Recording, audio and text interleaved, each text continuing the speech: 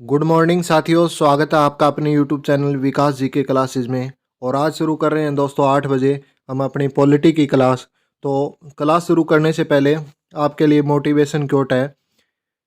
हमेशा याद रखिए कि दूसरों को समझने से पहले खुद को समझ लेना बेहतर होता है। दोस्तों सीधी सी बात है, क्या ज़रूरी है आपको दूसरों को समझने की? अपना भविष्य संवारने के लिए अपनी जी तोड़ मेहनत कीजिए दोस्तों। खुद को समझाइए कि अभी मुझे कुछ हासिल नहीं हुआ है, तो मुझे मेहनत करके सब कुछ हासिल करना है और अपने माँ बाप का सपना साकार करना है। तो शुरू करते हैं दोस्तों आज की क्लास। आज की क्लास में आज का पहला क्वेश्चन आपसे पूछा गया है। इस क्वेश्चन में आपसे पूछा है, स्वतंत्र भारत में राज्यसभा की पहली बैठक किस वर्ष हुई थी? तो राज्यसभा की पहली पहली बैठक हुई थी 1952। ऑप्शन बी सही होगा दोस्तों। 1952 में राज्यसभा की पहली बैठक हुई थी, याद रखना दोस्तों। अगला क्वेश्चन। तो इस क्वेश्चन में आपसे पूछा है दोस्तों, निम्नलिखित में से किस संशोधन द्वारा 6 वर्ष से 14 वर्ष तक की आयु के सभी बच्चों को निःशुल्क और अनिवार्य शिक्षा को मौलिक अधिकार बनाया गया था? तो कौन सा संविधान संशोधन था दोस्तों? वो संविधान संशोधन ऑप्शन डी था। 86वां संविधान संशोधन के द्वारा बच्चों को निःशुल्क और अनिवार्य शिक्षा को मौलिक अधिकार बना दिया गया था। अगला प्रश्न।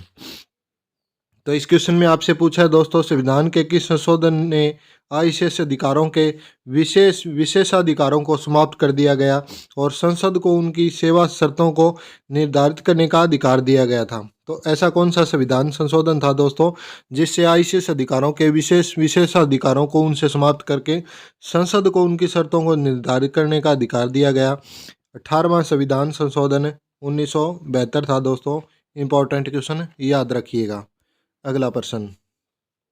तो दोस्तों इस क्वेश्चन में आपसे पूछा है, संविधान के 74वें संशोधन द्वारा 12वीं अनुसूची में जोड़े गए मदों की संख्या कितनी थी?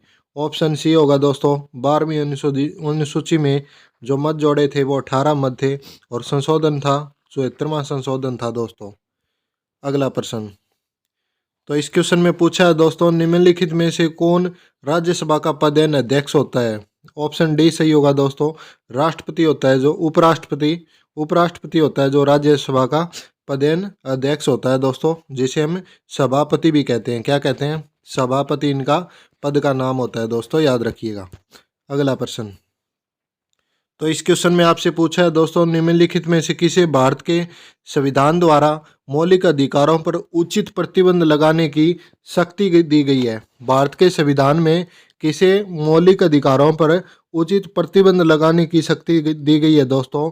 वो है दोस्तों ऑप्शन बी। संसद को ये पावर है कि वे मौलिक कर्तव्यों पर उचित प्रतिबंध लगा सकती है। ऑप्शन बी सही होगा। अगला प्रश्न। तो इस क्वेश्चन में आपसे पूछा गया है, अपने कार्यालय की शक्ति के प्रयोग के लिए राष्ट्रपति को निम्न के प्रति जवाबदेही बना गया है दोस्तों। तो राष्ट्रपति इन निम्न में से किसी के प्रति जवाबदेही नहीं है दोस्तों। ऑप्शन डी राइट आंसर होगा। अगला प्रश्न।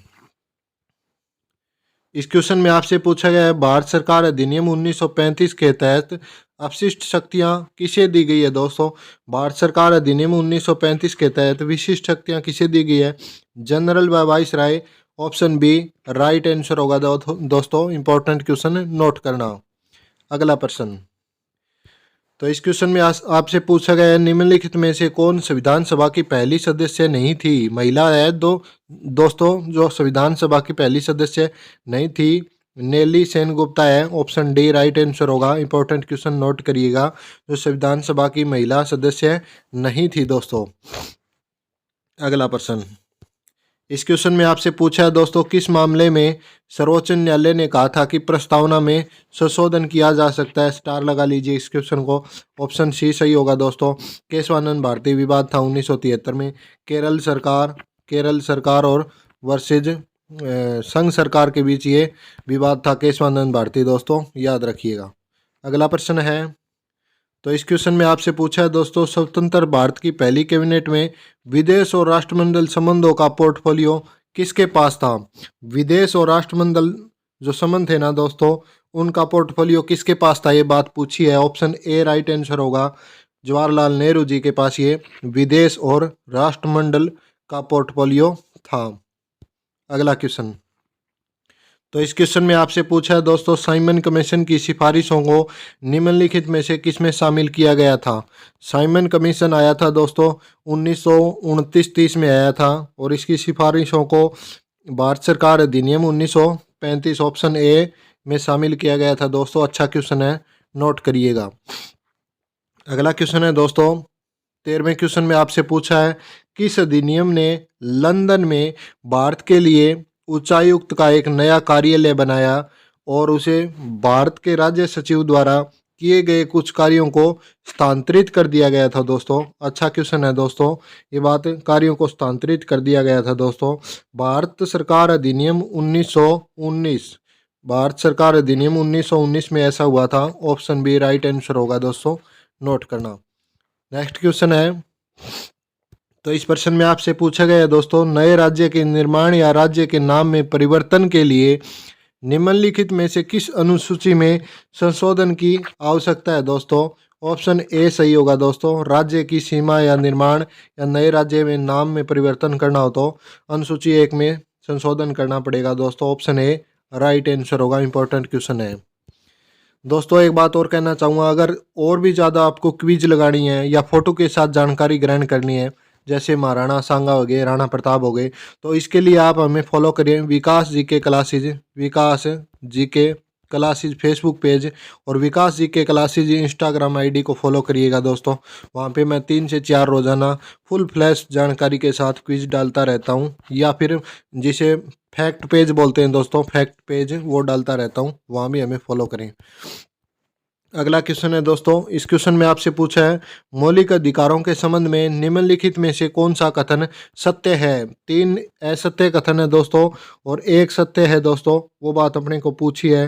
तो आपातकाल के दौरान उन्हें निलंबित किया जा सकता है दोस्तों, ये बात सत्य है। ऑप्शन डी राइट आंसर होगा, उन्हें निलंबित नहीं किया जा सकता। गलत बात है, किया जा सकता है। उन्हें राष्ट्रपति की इच्छा पर निलंबित किया जा सकता है, नहीं, ऐसा भी कुछ नहीं है। और उन्हें प्रधानमंत्री का आदेश से निलंबित किया जाता है, प्रधानमंत्री का तो कोई रोल ही नहीं होता है। तो सही बात ये होगी दोस्तों, इमरजेंसी में मौलिक अधिकार निलंबित किए जा सकते हैं। अगला क्वेश्चन, तो इस क्वेश्चन में आपसे पूछा है दोस्तों, राज्य के नीति निर्देशक तत्वों को किस देश के संविधान से अपनाया गया है। ऑप्शन डी सही होगा दोस्तों, आयरलैंड के संविधान से राज्य के नीति निर्देशक तत्व लिए गए हैं। इंपॉर्टेंट क्वेश्चन, नोट कर लेना दोस्तों। अगला प्रश्न, तो इस क्वेश्चन में आपसे पूछा है दोस्तों, निम्नलिखित में से कौन सा विश्व का पहला और सबसे पुराना संघ है। इंपॉर्टेंट क्वेश्चन है दोस्तों, विश्व का पहला और सबसे पुराना संघ कौन सा है दोस्तों। ऑप्शन सी सही होगा, यूएसए, यानी अमेरिका संघ सबसे पुराना है, यूएसए संघ। इंपॉर्टेंट क्वेश्चन है दोस्तों। अगला प्रश्न, तो इस क्वेश्चन में आपसे पूछा है दोस्तों, कौन तय करता है कि लाभ का पद क्या है। कौन ये तय करता है कि लाभ का पद क्या है दोस्तों। ये तय करती है भारत की संसद दोस्तों। ऑप्शन बी राइट आंसर होगा, संसद ये तय करती है कि कौन सा पद लाभकारी है, कौन सा गैर लाभकारी पद है। अगला क्वेश्चन, तो इस क्वेश्चन में आपसे पूछा है दोस्तों, संविधान का कौन सा भाग संसद के संगठन, संरचना, अवधि व अधिकारों व प्रक्रियाओं या विशेषाधिकारों, शक्तियों आदि से संबंधित है। इंपॉर्टेंट क्वेश्चन है दोस्तों, कौन सा संविधान का भाग है जो संरचना, अवधि, अधिकारियों, प्रक्रियाओं और विशेषाधिकारों, शक्तियों आदि से संबंधित है। ये भाग 5 है दोस्तों, भाग 5वां, भाग 5 होगा राइट आंसर दोस्तों। यहाँ 4 लिखे गए हैं, ये भाग 5 होगा दोस्तों, राइट आंसर भाग 5, ऑप्शन ए सही होगा। अगला क्वेश्चन, इस क्वेश्चन में आपसे पूछा है दोस्तों, प्राक्कलन समिति के अध्यक्ष की नियुक्ति कौन करता है। इंपॉर्टेंट क्वेश्चन, नोट करना दोस्तों। प्राक्कलन समिति के अध्यक्ष की नियुक्ति कौन करता है दोस्तों। लोकसभा के अध्यक्ष होते हैं ना दोस्तों, वो प्राक्कलन समिति के अध्यक्ष की नियुक्ति करता है दोस्तों। इंपॉर्टेंट क्वेश्चन, नोट करिएगा। अगला क्वेश्चन, तो इस क्वेश्चन में आपसे पूछा गया है दोस्तों, जनहित याचिका की अवधारणा किस देश में उत्पन्न हुई थी। जनहित याचिका की अवधारणा किस देश में उत्पन्न हुई थी दोस्तों। राइट आंसर होगा दोस्तों, यूएस में, यानी अमेरिका में जनहित याचिका की ये अवधारणा है ना दोस्तों, ये उत्पन्न हुई थी, याद रखना दोस्तों। 22वां क्वेश्चन है दोस्तों आज का, राज्यपाल के रूप में किसी व्यक्ति की नियुक्ति के लिए योग्यताएं क्या है। राज्यपाल के रूप में यानी राज्यपाल बनने के लिए व्यक्ति की क्या योग्यताएं होगी दोस्तों? वह भारत का नागरिक होना चाहिए। राइट आंसर है ए, ऑप्शन ए। 45 वर्ष नहीं दोस्तों, उसकी 35 वर्ष आयु होनी चाहिए। उसे विधायक के रूप में सेवा करनी चाहिए? नहीं, ऐसा भी नहीं है। कोई लाभकारी पद पे होना ही नहीं चाहिए। उसे कम से कम स्नातक होना चाहिए? ऐसा भी कुछ नहीं है दोस्तों। राइट आंसर होगा ए होगा, भारत का नागरिक होना जरूरी है। अगला प्रश्न, तो इस क्वेश्चन में आपसे पूछा है राज्य चुनाव आयुक्त के संबंध में राज्यपाल की क्या शक्तियां हैं? इंपॉर्टेंट क्वेश्चन नोट करना दोस्तों। राज्यपाल की शक्तियां पूछी है राज्य चुनाव आयुक्त के संबंध में, वो बात हमें पूछी है दोस्तों। इसका उत्तर होगा दोस्तों, वह राज्य चुनाव आयुक्त के कार्यालय वह राज्य चुनाव आयुक्त के कार्यालय का कार्यकाल तय करता है। राइट आंसर होगा बी, ऑप्शन है। वह राज्य चुनाव आयुक्त के कार्यालय का कार्यकाल तय करता है दोस्तों। ऑप्शन बी सही होगा राइट आंसर। अगला क्वेश्चन है दोस्तों, इस क्वेश्चन में आपसे पूछा है मुख्यमंत्री के वेतन और भत्ते कौन तय करता है? राइट आंसर होगा दोस्तों, ऑप्शन डी, राज्य विधानमंडल। राज्य विधानमंडल मुख्यमंत्री के और विधायकों के वेतन और भत्ते तय करता है दोस्तों। डी आंसर सही होगा। क्वेश्चन नोट करना इंपॉर्टेंट।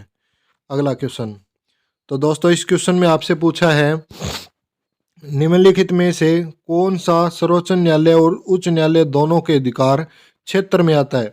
यानी सुप्रीम कोर्ट और हाई कोर्ट दोनों के क्षेत्र में आता है। वो बात अपने को पूछिए दोस्तों। मौलिक अधिकारों का संरक्षण, ऑप्शन सी सही होगा दोस्तों। ये हाई कोर्ट और सुप्रीम कोर्ट के संरक्षण में आता है। ऑप्शन सी राइट आंसर होगा। इंपॉर्टेंट क्वेश्चन नोट करना, जी हाँ, वेरी इंपॉर्टेंट क्वेश्चन नोट करना। तो दोस्तों आज के लिए इतना ही। अगर वीडियो पसंद आई तो वीडियो को लाइक ज़रूर करना दोस्तों। आप लाइक बहुत कम करते हो। और वीडियो पे कमेंट करके भी बताना कंटेंट कैसा लगा दोस्तों। और इस वीडियो पे ज़्यादा से ज़्यादा शेयर आने चाहिए दोस्तों। ज़्यादा से ज़्यादा शेयर किया करो। व्यू नहीं आएंगे तो फिर मुझे कैसे मोटिवेशन मिलेगा और मैं आपके लिए कैसे कंटेंट बना पाऊँगा दोस्तों, अगर वीडियो पे मुझे कुछ अच्छा रिस्पॉन्स ही ना मिला तो दोस्तों मिलते हैं फिर किसी नई वीडियो में। तब तक के लिए जय हिंद, जय भारत, धन्यवाद।